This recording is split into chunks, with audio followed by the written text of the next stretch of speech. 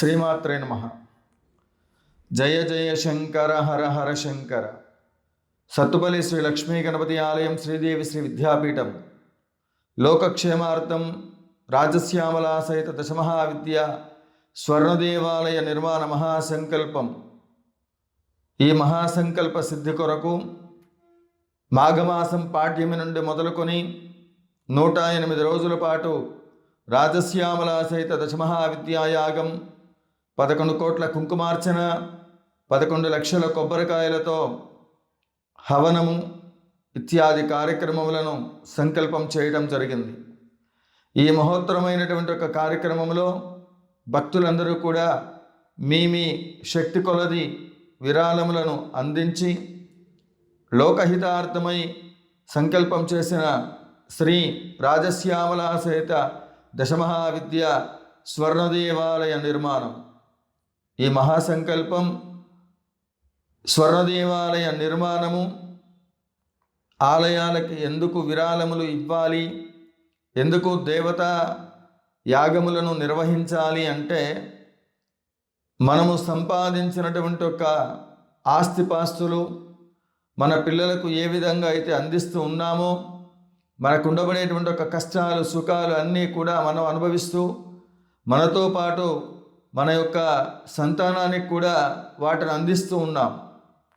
దేవాలయాలకు విరాళం ఇవ్వటం ద్వారా కేవలం ఐశ్వర్యం మాత్రమే పిల్లలకి ఇచ్చే యోగం కలుగుతుంది. ఎన్నో జన్మల పుణ్య ఫలితం వల్ల దాన ధర్మములు చేసేటువంటి ఒక శక్తి ఈ జన్మలో భగవంతుడు మనకు అందించాడు. ఇటువంటి మహోత్తరమైనటువంటి ఒక మానవ జన్మని సార్థకతను చేసుకోవడానికి ఎవరో పూర్వీకులు, పెద్దలు, లేకపోతే మహర్షులు వాళ్ళు మనకు తపస్సు చేసి ఆ తపోశక్తిని మనకి అందించి లోకహితార్థమై వాటిని ఆచరించవలసినటువంటి ఒక విధి విధానముల రీత్యా ఆచరించేటువంటి ఒక ప్రణాళికను కూడా మనకు అందించారు. ఇటువంటి క్రమంలో ఈ ఆలయ నిర్మాణము అనేటువంటిది దశమహావిద్యలు, ముఖ్యంగా ఆలయ నిర్మాణానికి సంబంధించి దశమహావిద్యలు వాటిపైన ఉండబడేటువంటి ఒక అపోహలు చాలా మందిలో కూడా మదిలో మెదులుతూ ఉంటాయి. మనం పూజ చేయవచ్చునా, చేయకూడదా, చేస్తే ఏమైనా సమస్యలు వస్తాయా? ఇవన్నీ కూడా అపోహలు మాత్రమే. కారణం ఏమిటంటే, దశమహావిద్యలు అనేటువంటి దశావతారాల్లో విష్ణు సంబంధమైనటువంటి ఒక దశావతారాలు పురుష రూపంలో ఉండబడే దేవతలు, స్త్రీ రూపంలో ఉండబడేటువంటి ఒక శక్తి దేవతలు ఈ దశమహావిద్యలు. మానవుడిని దశ దిశలా రక్షించి కాపాడడానికి ఈ దశమహావిద్యలు ఎంతగానో దోహదపడతాయి. అందులో కలియుగంలో ప్రత్యక్షంగా ఫలప్రదాయకంగా మానవులకు కావలసినటువంటి ఒక కామ్యములను సిద్ధింప చేసుకోవడానికి, ఆదిత్యాది నవగ్రహ దోష నివారణకు ఈ విద్యలు ఎంతగానో ఉపయోగపడతాయి. ఎటువంటి దేవతా సాధన చేసినప్పటికీ కూడా దశమహావిద్య దేవతల అనుగ్రహం లేకపోతే ఆ వ్యక్తికి ఆ సాధించినటువంటి ఒక మంత్రశక్తి అవ్వచ్చు, ఆస్తిపాస్తులు అవ్వచ్చు, కీర్తి ప్రతిష్టలు అవ్వచ్చు, ఏదైనప్పటికీ కూడా అవి శాశ్వతముగా మనతోనే ఉంటూ తదనంతరము మనం ఎవరికైతే అందించాలనుకుంటున్నామో ఆ యొక్క కీర్తి ప్రతిష్టలు కానివ్వండి, లేకపోతే ఆస్తి, ఇంకా ఇతరత్ర ఏవైనా సరే వాటిని భద్రపరిచేటువంటి ఒక శక్తి కేవలం దశమహావిద్యలకు మాత్రమే ఉంది అనటంలో ఎటువంటి అతిశయోక్తి లేదు. పూర్వం ఈ రాజశ్యామల అమ్మవారితో సహితముగా దశమహావిద్యలను అర్చించి సేవించి తద్వారా వంశపారంపర్యంగా కూడా రాజులు పరిపాలన చేసేవాళ్ళు. ఎందుకు రాజశ్యామల చేయాలి?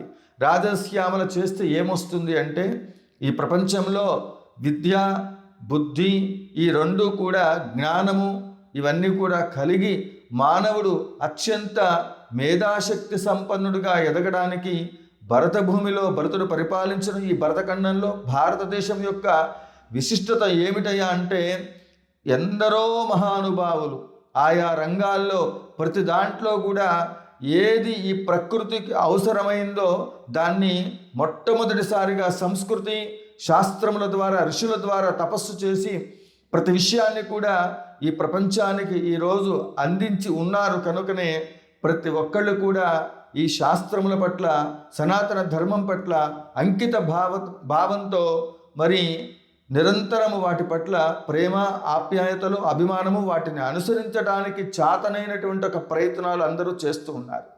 ఈ క్రమంలో దశమహావిద్యలకు సంబంధించి ఎక్కడ ఆలయాలు లేవు, కామాఖ్యలో మాత్రమే ఉంది. కామాఖ్యలో ఉండబడేటువంటి ఒక దేవాలయంలో అనేక రకాలైనటువంటి ఒక విధి విధానాల ప్రకారంగా అక్కడ ఆలయం నిర్వహణ జరుగుతూ ఉంటుంది. అక్కడ ఆచార సాంప్రదాయం. మనం ఇక్కడ ఉండబడేటువంటి ఒక వాతావరణము, మనకు శాస్త్రములు ఏవైతే సూచించి మనకి చెప్పబడి ఉన్నాయో వాటిని మాత్రమే ఆచరించాలి తప్ప ఎక్కడో ఉన్నటువంటి ఒక సాంప్రదాయాన్ని మనం ఆచరించలేము. కారణం ఏమిటంటే నిన్న మొన్న మనం చూసాం, జర్నీ చేశాం, తమిళనాడు, కుంభకోణము అనేక ప్రాంతాలని మరి అమ్మవారి ఆలయ నిర్మాణం కోసం కావలసినటువంటి ఒక యాగం కోసం, ద్రవ్యాల కోసం మనం అన్వేషణ చేస్తూ ఉన్నాం. ఆ క్రమంలో అక్కడ తమిళనాడులో తమిళ భాష మాట్లాడుతూ ఉంటారు. నా భాషలో తెలుగులో తెలియచేసినట్లయితే వారికి అర్థం అవ్వదు. మన హావభావాలు చూసి, వాళ్ళు చెప్తున్న హావభావాలు చూసి చెప్పడము, లేకపోతే చెప్పేదాన్ని ఇంకొకరి చేత చెప్పించి ఆ భాషలో వాళ్ళకి అర్థమయ్యే రీతిలో మనం అవగాహన వచ్చే విధంగా చెప్పే ప్రయత్నం చేస్తే కావలసిన సమాచారం వస్తుంది. అట్లనే ఎక్కడ సాంప్రదాయాలు అక్కడ పాటించాలి. మన ప్రాంతంలో తెలుగే మాట్లాడతాం కాబట్టి తెలుగు ప్రాంతంలో ఉండబడేటువంటి వాళ్ళు ఆ మాదిరిగా ఆయా శాస్త్రాలలో ఆ గురుమండలాలు ఉంటాయి. ఎవరి గురుమండలాల్లో ఏ శాస్త్రం చెప్పబడి ఉందో, వాళ్ళకి ఏ విధి విధానాల ప్రకారంగా ఉపాసన మార్గం చెప్పబడి ఉందో వారు మాత్రమే చేయాలి. ఆ ఉపాసన మార్గంలో లేనటువంటి వాళ్ళని ఈ ఉపాసనా మార్గంలోకి మేము విధంగా పూజ చేస్తున్నాము, శాస్త్రసమ్మతమైనటువంటివి ఈ శాస్త్రముల ద్వారా మేము ఆచరించటం సబబే అనేటువంటి దాంట్లో కూడా ప్రామాణికమైనటువంటి యొక్క గురుమండలాలు ఉండాలి. ఆ గురుమండలాలు ఇవాళ నేను ఆర్ఎంపీనా, ఎంబీబీఎస్ఆ, ఎండీనా, దేనికి సంబంధించినటువంటి వాడిని, ఈ శరీరంలో ఉండబడేటువంటి ఒక అవయవాలన్నిటికీ సంబంధించి ఒక్కొక్క దానికి ఒక్కొక్క స్పెషలిస్ట్ ఉన్నాడు. అలానే శాస్త్రములలో కూడా ఈరోజు ఉన్నటువంటి ఒక పరిస్థితి ఏమిటయ్యా అంటే, కాస్తంత బొట్టు పెట్టుకొని, విభూతి రేఖలు పెట్టుకొని శాస్త్రముల పట్ల అవగాహన ఉన్నటువంటి వాళ్ళు ఎవరు, లేనటువంటి వాళ్ళు ఎవరు అనేటువంటిది తెలియదు. దీనికి ఒక చిన్న ఉదాహరణ చెప్పాలంటే, మనం సాగర సంగమం సినిమాలో అక్కడ ఒక చిత్రాన్ని మనం ఇక్కడ చెప్పక తప్పదు, ఒక సన్నివేశాన్ని. అక్కడ నాట్యమయూరి అన్నప్పుడు కమల్ హాసన్ వచ్చి, నీకు నాట్యము గురించి ఉన్నటువంటి ఒక కళలు, దాని పట్ల ఉండబడేటువంటి ఒక అవగాహన లేకుండా ఇలాంటి బిరుదులు పొందడానికి నువ్వు అర్హురాలు కాదు అని చెప్పి అక్కడ కమల్ హాసన్ గారు తెలియచేసినటువంటి ఒక సన్నివేశంలో ఆ మిడిమిడి జ్ఞానంతో ఉండబడేటువంటి వాళ్ళు తెలియకపోతే తెలుసుకోవడంలో తప్పు లేదు, అన్నీ మాకే తెలుసు అని ఇంక్లూడింగ్ నేను కూడా ఆ విధంగా వ్యక్తపరచకూడదు. అందుకే ప్రతి విషయాన్ని కూడా జగద్గురువులను ఆశ్రయించాలి. కంచి కామకోటి పీఠ సాంప్రదాయం ఏదైతే ఉందో ఆ సాంప్రదాయము, శృంగేరి పీఠము, ఇలా ఆమ్నాయ పీఠాల్లో శంకర భగవత్పాదుల వారు ఏ విధంగా అయితే ఆమ్నాయ పీఠాలను ఏర్పాటు చేశారో ఆ విధంగా ఆమ్నాయ పీఠాల ద్వారా, ఆ గురుమండలాల ద్వారా వచ్చినటువంటి వాటిని మాత్రమే మనం ఆచరించే ప్రయత్నం చేస్తే ఎటువంటి ఇబ్బందులు రావు. దశమహావిద్యలు సరైనటువంటి ఒక పద్ధతిలో, శశాస్త్రీయమైన పద్ధతిలో కొబ్బరికాయలు, ఈ విధంగా 11 లక్షల కొబ్బరికాయలు ఈ యాగంలో సంకల్పం చేశాం. ఎందుకు 11 లక్షల కొబ్బరికాయలు హోమంలో మనం సమర్పించాలి అంటే, మన యొక్క కర్మలను నివారణ చేయడం కొరకు కొబ్బరికాయను కొట్టి అందులో ఉన్న పెంకును తీసేసి ఆ దోషాలన్నిటినీ, అందులో ఉండబడేటువంటి ఒక నీళ్ళని భగవంతుడికి అభిషేకం చేసి ఆ పైన ఉండబడే కొబ్బరిని నివేదన పెడుతూ ఉన్నాం.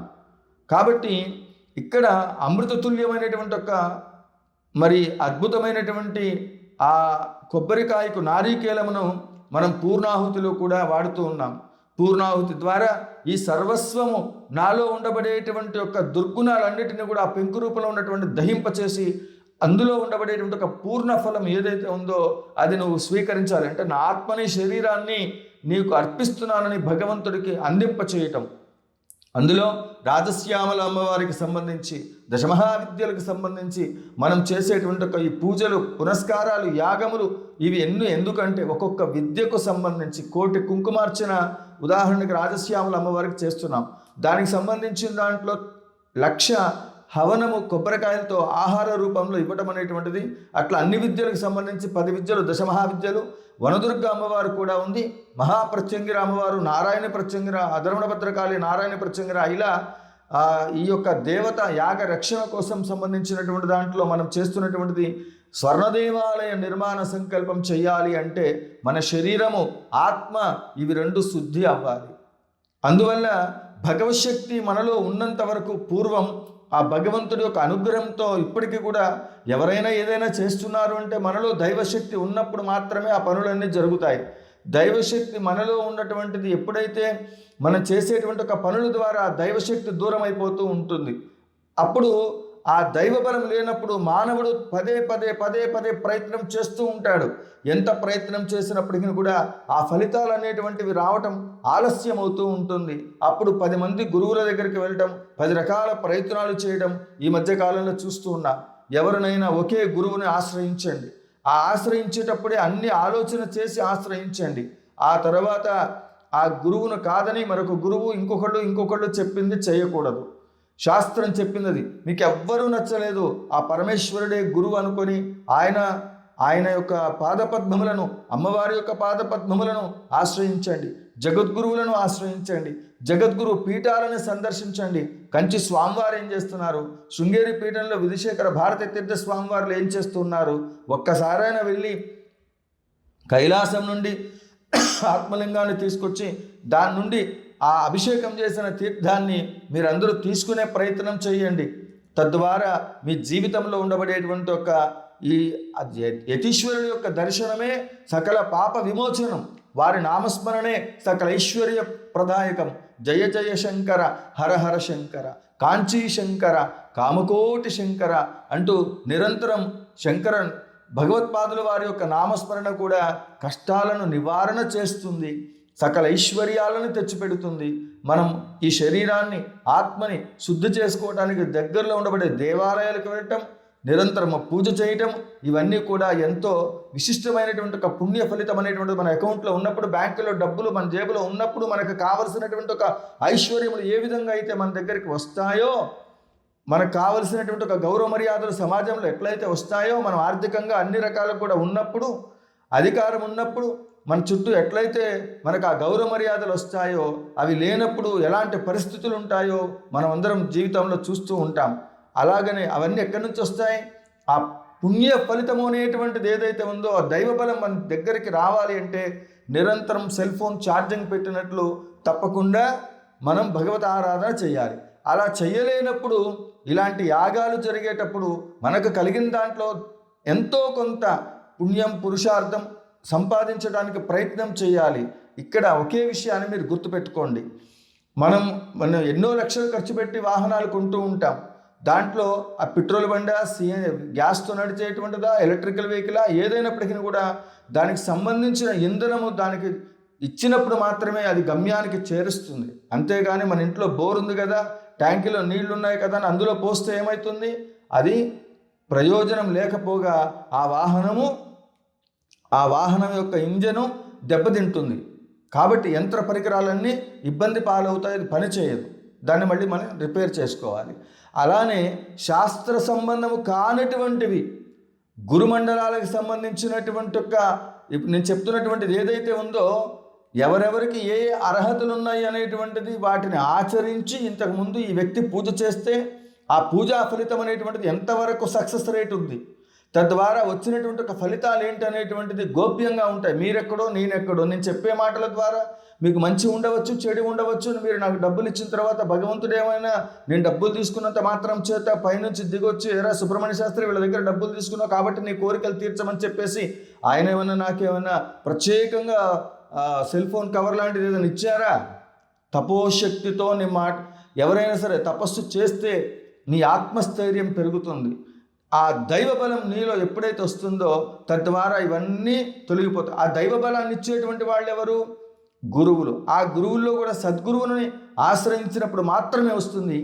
గురునింద మహాపాపం. గురువులను నిందించడం చాలా దోషం, బ్రహ్మహత్యా దోషాలు వస్తాయి. అందువల్ల అలాంటివి జరగకుండా ఈ లోకంలో పుట్టిన తర్వాత వెళ్ళేటప్పుడు ఎవ్వరు ఏమీ తీసుకెళ్ళలేరు, ఒక్కడు కూడా తీసుకెళ్ళలేరు. మీరు సంపాదించినటువంటి ఒక పుణ్యం మాత్రమే తీసుకెళ్ళగలుగుతారు. సామాన్యమైన వ్యక్తిగా అనుష్ఠానం చేస్తూ నిరంతరం దరిదాపుగా 25 సంవత్సరాల నుండి ఇప్పటికే శాస్త్ర యాగములు పూర్తి చేసి ఎన్నో రకాలైనటువంటి ఒక ప్రయోజనాలను ఈ యొక్క లోకక్షేమం కోసం ఎన్నో యాగాలను నిర్వహించాం. ఇటువంటి కార్యక్రమంలో మీరు భాగస్వాములై మీకున్నటువంటి ఒక మరి శక్తి కొలది ఈ ఆలయ నిర్మాణానికి ఇంటికొక పువ్వు ఈశ్వరుడికొక మాల అన్నట్లుగా తప్పకుండా మీరందరూ కూడా ఈ యొక్క సంకల్పంలో భాగస్వాములు అవ్వండి. ఇంకొక విషయం, ఇక్కడ దశమహావిద్యలకు సంబంధించి ఆ ఆలయం నిర్మాణం చేయడానికి ముఖ్యంగా మొట్టమొదటిసారిగా చేసేటువంటి ఆలయ శంకుస్థాపన దశావతారాలతో ఉండబడేటువంటి వెంకటేశ్వర స్వామి వారి ఆలయం, స్వర్ణాలయం. మీరెవరైనా సరే దశావతారాల్లో ఉండబడేటువంటి ఆ వెంకటేశ్వర స్వామి వారి యొక్క విగ్రహ నిర్మాణానికి మీరు వెంకటేశ్వర స్వామి వారికి దండం పెట్టుకుని దశావతారాల్లో ఉండబడే దేవతలు, విష్ణు సంబంధమైన దేవతలు, స్త్రీ సంబంధమైన దేవతలు అందరికీ కూడా నమస్కారం చేసుకొని దశావతార రూపంలో ఉండబడేటువంటి ఒక 16 అడుగుల విగ్రహ నిర్మాణంలో ఏడుకొండలవాడ వెంకటరమణ గోవింద గోవింద, ఆపదముక్కులవాడ అనాథరక్షక గోవింద గోవింద అంటూ మీకు తోచిన ₹1 దగ్గర నుండి మొదలుకొని మీకు చాతనైనటువంటిది వెంకటేశ్వర స్వామి వారికి జోగ్ అంటే చాలా ఇష్టం. మీ అందరికీ కూడా ఈ స్వర్ణాలయ నిర్మాణం కోసం నేను జోగి అడుగుతున్నా గోవింద గోవింద అని. ఈ యొక్క భిక్షా పాత్రలో స్వర్ణాలయ నిర్మాణం రాబోయే తరాలకి తెలంగాణ ప్రాంతంలో మనం భద్రాచలము, అట్లనే యాదగిరి లక్ష్మీ నరసింహస్వామి వారి దేవాలయము, భద్రకాళి దేవాలయము, ఇలా అమ్మవార్లకు సంబంధించి అనేక దేవాలయాలు ఉన్నప్పటికీ ఇక్కడ తెలంగాణ ప్రాంతంలో టూరిజంగా ఎక్కడెక్కడో దేశ విదేశాల్లో ఉండబడేటువంటి ఒక భక్తులందరూ కూడా ఇక్కడికి ఈ ఆలయ నిర్మాణానికి సంబంధించిన దాంట్లో ఇప్పటికే విస్తృతంగా 20 ఏళ్లలో ప్రచారం జరిగింది. ఎప్పుడెప్పుడు శంకుస్థాపన అని చెప్పేసి చూస్తూ ఉన్నారు. ఇక్కడ ముఖ్యమైనటువంటి ఒక అంశం, దేవాలయాలకి విరాళాలు ఇవ్వడం వల్ల ఏమొస్తుంది అంటే, ఎప్పుడైతే మనం చేసినటువంటి ఈ యొక్క తెలిసి తెలియక ఉండబడేటువంటి ఒక కర్మలు ఉంటాయో ఆ పాపరాశి ఏదైతే ఉంటుందో ద్రవ్య రూపంలో, ధన రూపంలో, సువర్ణ రూపంలో కలి ప్రభావం ఎక్కువగా ఉంటుంది. తద్వారా ఆ విరాళం ఇవ్వగానే ఆ వ్యక్తికి ఉన్న కర్మ దోషం తొలగి ఆ పాపపు రాశి ఆ దేవాలయాలకు వెళ్తూ ఉంటుంది. అందుకే దేవాలయంలో అర్చకుడు, సంస్కారాలు, అభిషేకాలు, అక్కడ గోసేవ, ఇవన్నీ అన్నదానం ఎందుకు చేస్తారా అంటే మరలా చైతన్య శక్తి, మంత్రశక్తి పెరగటం కోసం సాధనలు చేస్తూ ఉంటారు. ఎప్పుడైతే ఈ విరాళాలు వచ్చిన తర్వాత, అందుకే కొన్ని దేవాలయాలు ఎన్ని ప్రయత్నాలు చేసినా అభివృద్ధిలోకి రావు. ఎంతోమంది ఫోన్ చేస్తూ ఉంటారు. ఎందుకని అంటే ఆ విరాళాలు ఇచ్చేటప్పుడు, పుచ్చుకునేటప్పుడు కొన్ని సంకల్పాలు ఉంటాయి. మీరేదో నాకు డబ్బులు వేశారు, నేనేదో యాగం చేస్తున్నాను అన్నట్లుగా చెయ్యను. ప్రతి ఒక్కళ్ళకి సంకల్పం ఉంటుంది. సంకల్ప పూర్వకంగా విరాళం ఇవ్వటం అంటే అకౌంట్లో డబ్బులు వేసి రసీదు పాస్ చేస్తే విరాళం కాదు. మంత్రపూర్వకమైన సంకల్పం భగవంతుడి దగ్గర చెప్పటం ఉందే, అది ముఖ్యమైనటువంటి ఒక విషయం. అందువల్ల నేను ఈ ప్రయాణాల్లో ఉండి వీడియోని నా కెమెరా ద్వారా ఇది చిత్రీకరణ చేసి మీ అందరికీ విషయాలు తెలియచేయాలనే ఉద్దేశంతో నేను ఎన్నో విషయాల్ని రోజు కొద్దిగా చెప్పే ప్రయత్నం చేస్తాను. జయ జయ శంకర, హర హర శంకర. మీరందరూ కూడా ఈ స్వర్ణాలయ నిర్మాణానికి కొబ్బరికాయలు, అట్లనే వెంకటేశ్వర స్వామి వారి ఆ విగ్రహానికి, ఆలయ నిర్మాణానికి, ఆ వెంకటేశ్వర స్వామి వారి యొక్క అనుగ్రహం పొందేటువంటి వాళ్ళందరూ కూడా మీకు ఉండబడేటువంటి ఒక ఆర్థిక రుణబాధలు, శత్రుబాధలు, అన్ని రకాలైన సమస్యలకు మరి ఆ వెంకటేశ్వర స్వామి వారికి నమస్కారం చేసుకొని ఆ స్వామివారి యొక్క అనుగ్రహానికి పాత్రులు అవ్వండి. శ్రీమాత్రే నమః.